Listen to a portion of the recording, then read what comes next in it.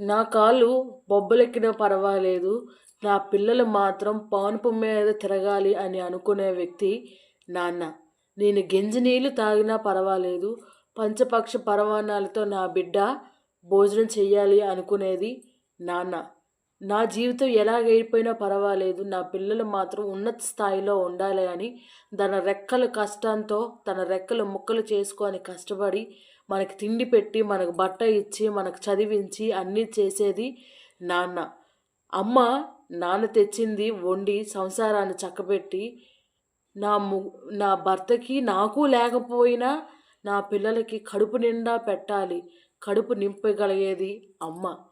ఇవన్నీ కూడా ఒక నాన్న, అమ్మ సాక్రిఫైస్ చేస్తేనే మన లైఫ్‌లో ఒక చదువు, ఒక గుడ్డ, ఒక కూడు అన్నీ కూడా ఉంటాయి. కాబట్టి వాళ్ళని కంటికి రెప్పలా చూసుకోవాలి.